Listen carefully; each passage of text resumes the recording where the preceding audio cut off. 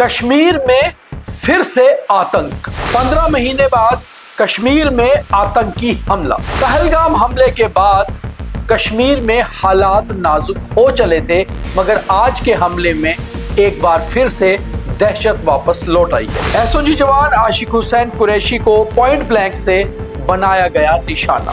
आतंक के खिलाफ कश्मीर में बड़ा ऑपरेशन शुरू। यही है आज का बियॉन्ड द हेडलाइन। पूरा देखिए और शेयर कीजिए। 22 अप्रैल 2025 को पहलगाम में हुए हमले के बाद लोग दहशत में आ गए थे, मगर ऑपरेशन सिंदूर हुआ और उसके बाद कश्मीर में सख्ती की गई। एक एक आतंकी को चुन चुन के मारा गया या फिर सलाखों के पीछे किया गया। कई नेटवर्क को तोड़ा गया। फिर यह लगने लगा था कि शायद कश्मीर में अब शांति स्थापित हो जाएगी और आतंकवाद को जड़ों से उखाड़ा जा रहा है। मगर आज करीबन उस घटना के पूरे 15 महीने बाद 22 अप्रैल के बाद आज 22 जुलाई 2026 को कश्मीर में फिर कुछ ऐसा हुआ जिससे लगा कि दहशत अभी कश्मीर में है, बाकी है। हालांकि हमारे बहादुर जम्मू कश्मीर पुलिस और सुरक्षा बल पूरी तरह से अलर्ट पर हैं और इन आतंकियों को छोड़ा नहीं जाएगा, बख्शा नहीं जाएगा।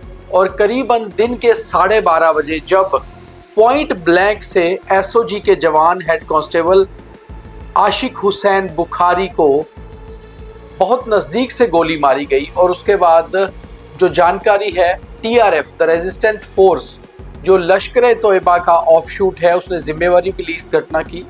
उसके बाद से लेकर अभी शाम तक जब हम ये प्रोग्राम रिकॉर्ड कर रहे हैं या जब ये प्रोग्राम ऑन एयर जाएगा 8 बजे, तब तक करीबन 100 OGWs को और शक की बिना पर काफी सारे लोगों को हिरासत में लिया गया है। पूछताछ चल रही है। इन लोगों को अनंतनाग जिले से, अनंतनाग के साथ लगते हुए शोपियां और पुलवामा जिले से हिरासत में लिया गया है, यानी कि फिलहाल डिटेन किया गया है पूछताछ के लिए। मगर ये घटना कहीं ना कहीं इशारा करती है कि कश्मीर में आतंक की जड़ें अभी बाकी हैं। कोशिश बहुत हो रही है कि इन्हें उखाड़ा जाए और इसके लिए हमारे सुरक्षा बल, हमारी खुफिया एजेंसियां बहुत बेहतर तरीके से काम भी कर रही हैं। बात आज की अगर घटना की करें तो इसमें 2-3 चीजें थी। एक तो आशिक हुसैन के बारे में भी आपको बताना चाहिए कि दरअसल आशिक हुसैन कुरैशी जो हेड कांस्टेबल थे आईआरपी की 3री बटालियन में और लंबे समय से एसओजी अनंतनाग के साथ काम कर रहे थे। वो एक बहादुर जवान थे, अपनी नौकरी के लिए बहुत ही डेडिकेटेड थे, बहुत ही ऑनेस्ट थे।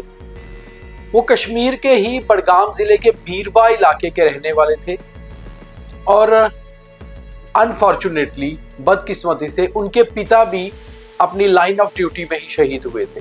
उनके पिता का नाम अलाउद्दीन कुरैशी बताया जा रहा है और उनके पिता 1995 में रामबन इलाके में एक लैंडस्लाइड के आ जाने से शहीद हुए थे अपनी ड्यूटी के दौरान। उसके बाद परिवार में बड़े कुरैशी ने परिवार की जिम्मेदारी संभालने की कोशिश की और उस समय की सरकार ने उन्हें SRO 43 के तहत सरकारी नौकरी भी पुलिस में दी।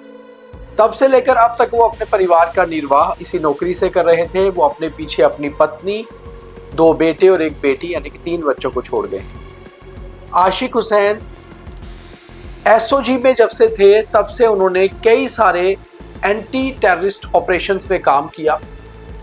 साल 2025 में हुए पहलगाम हमले के बाद भी कई सारे ऑपरेशंस में एसओजी की टीम में वो खास तौर पर शामिल रहते थे।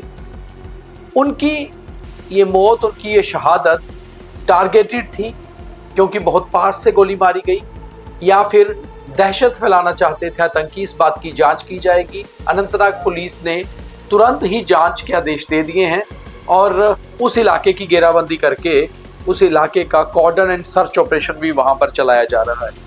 लेफ्टिनेंट गवर्नर मनोज सिन्हा ने इस घटना के बाद तुरंत डीजीपी नलिन प्रभात से बात की और डीजीपी नलिन प्रभात और एडीजीपी SM गिलानी दोनों मौके पर पहुंचे। वहां पहुंच के उन्होंने अमोद नागपुरे जो SSP अनंतनाग हैं उनसे बातचीत की और पूरे घटना की, पूरे इलाके की जो है सारी जानकारी ली कि ये कैसा हुआ है।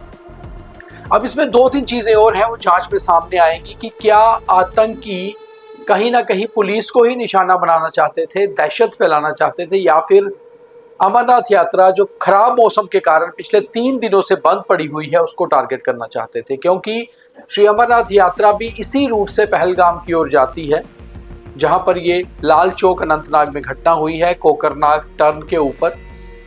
हालांकि अभी जांच होगी तो सब साफ पता चलेगा कि ये कैसे हुआ, क्यों हुआ, इसके पीछे कारण क्या है। मगर फिलहाल सबसे पहले उस इलाके में जो दहशत हुई है उसे काम डाउन करने की जरूरत है। इस बार बहुत अच्छा टूरिस्ट सीजन कश्मीर में हुआ था और यात्रा भी बहुत बेहतर चल रही थी, तो कहीं ना कहीं पाकिस्तान में बैठे हुए लश्कर तौयबा के आतंकियों को ये मंजूर नहीं हो रहा था। इसीलिए उन्हीं का जो ऑफशूट कश्मीर में है TRF द रेजिडेंस फोर्स, उसने इस घटना की जिम्मेवारी ली। अब इस घटना के बाद की जानकारी की बात करते हैं तो एक CCTV फुटेज बहुत ज्यादा वायरल हो रही है कश्मीर से, जो बिल्कुल जहां घटना हुई है उसके पास में ही किसी दुकान की है। काफी सारे न्यूज चैनल्स, नेशनल मीडिया ने भी इस CCTV को दिखाया है। हमारे पास भी ये CCTV है, हम आपको थोड़ा सा इसका क्लिप दिखा रहे हैं। मगर अनंतनाग पुलिस ने कहा है कि अभी आप किसी भी किस्म की कोई तस्वीर या CCTV ना चलाएं।